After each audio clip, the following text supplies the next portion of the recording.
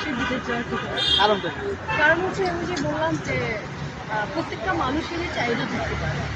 তো তার বউরও চাহিদা আছে, তবে সে যদি বিয়ে করতেই হয় প্রবাসীর, আমি মনে করবো বউকে সাথে করে নিয়ে যাওয়া বেটার।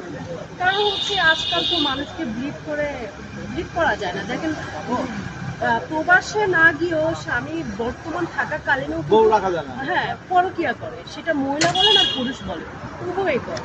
তো এই জন্য আমি বলছি এই জিনিসগুলো আসলে মূলত হচ্ছে বিশ্বাস, ভালোবাসা, সম্মান, এগুলো যদি থাকে, আমি আপনাকে ভালোবাসি, আপনি আমাকে ভালোবাসেন, আপনার যদি বিশ্বাস এই জিনিসগুলো যদি থাকে, তাহলে আপনি যদি 7 সমুদ্রের ওই পারেও চলে যান, তাও কি মানে হচ্ছে অটুট থাকবে।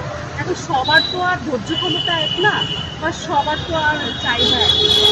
তো আমার মতে না যাওয়াটাই better। মানে বউরাকে বিদেশ না যাওয়াটাই আপনাদের ভালো। অনেকেই বলতেছে যারা বউ মানে যারা